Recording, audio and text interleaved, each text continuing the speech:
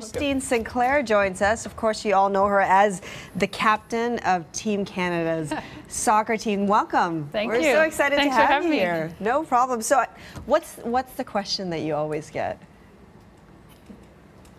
I don't know. No? No, it changes. It changes. Not about that heartbreaking game that the entire country watched. Yeah, it's either about that or about how does it feel to win an Olympic medal? Probably one of those two. Or can I touch your medal? Can I see your medal? Right? People probably want to see. Yeah, I don't really travel with it anymore. Really? It's been dropped, and I'm like, I'm not. Where is it now? It's in a safe. Smart. Yeah, that's very that's really smart. So when you finished, when you came back from the Olympic Games, what's the first thing you did? Just eat a pizza, sit at home? Hugged my niece. Aww. Yeah, we got back to the Vancouver airport, and my brother literally threw her at me because it's the longest I'd gone without seeing her. It was a good couple months. She's only 2 years old, so he threw her at me. Now, do you like thinking about that game? I mean, obviously, an Olympic medal by any color is a huge achievement. But when you look at that game, I know you've been asked this a million times. What goes through your mind? What are your thoughts? I don't really think about that game. I haven't watched it on TV because it's still fresh. It was, still thinking that we could have played for gold. But. Do athletes? I mean, you can answer. Do athletes get over that moment? A defeat. I mean, you never forget about it, especially what happened with the team. And there's more than one player involved. I mean, it's you and your whole team. You're the team captain, and you feel for all your teammates, don't you, when something like that happens? And it was an injustice. I'm sorry. Yeah. It was. Oh, so many across the country felt the same way. Right. Careful what you say. I know, right? I could say that, but you actually have to watch what you say.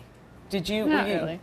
See, I love it. Not really. I love it. You were very adamant about that, not apologizing for what happened. You said it was an emotional time. It's sports. Yeah. We just lost a chance at playing for a gold medal, and I don't know, if people can't speak their mind, I don't know, it's difficult. You get done with the game, and the first thing that you have to do is walk through a mix zone, and most of the time it's the last thing you want to do, and a few of us spoke our minds.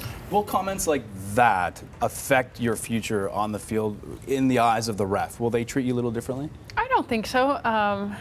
Refs have always been very kind to me. I'm always respectful of them. On the field, things get said, just as they do in men's sports, and I don't think that tarnishes players' reputations. True. Christine, soccer is so popular everywhere else in the world. I think it's the most popular sport if you don't count North America. But here it's just sort of starting to catch on. Yeah. So how did you discover it as a young child? Just family. My family plays soccer. I have a couple uncles that actually played for Canada, obviously on the men's side. And then I have an older brother that played, and I wanted to literally do everything he did. And so I followed him to practice. And then you started beating him.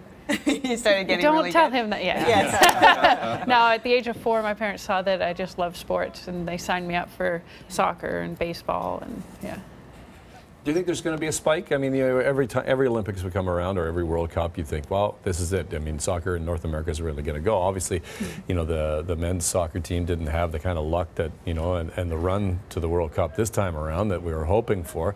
Do you see a tipping point where it's like, we're not going to spend money on hockey equipment anymore. Now we're going to go out and play soccer? It's interesting because at the youth level, soccer is the most popular sport. Yeah. It's once you get, beyond 15 and 16, it drops off, and there not being, a solid professional league really hurts us. Obviously there's a few teams in the MLS now, and I think that's going to help. And then on the women's side, we host the next World Cup, so the timing is now, and if it can't happen now, it's never going to happen. Is it tough for a Canadian athlete, especially when you're trying to do your sport, you're trying to get sponsorship, you're trying to get funding so that you can continue to do your sport full time? Do you think it's hard for athletes here in Canada?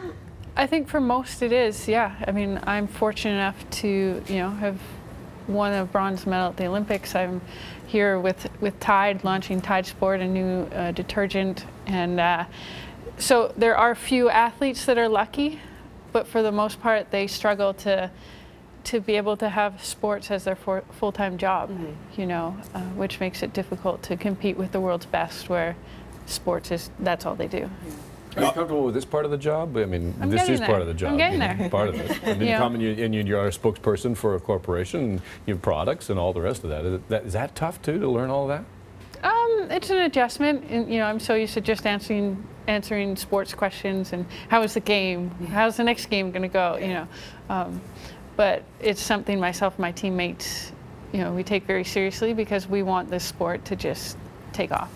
Christine, you talked about, you know, the first person that you hugged when you got off the plane was your niece, your young little niece. What would you say to little girls out there who, you know, young girls who are just coming up and they're playing sports? What would you say to encourage them to keep them in sports, not just soccer, but sports in general?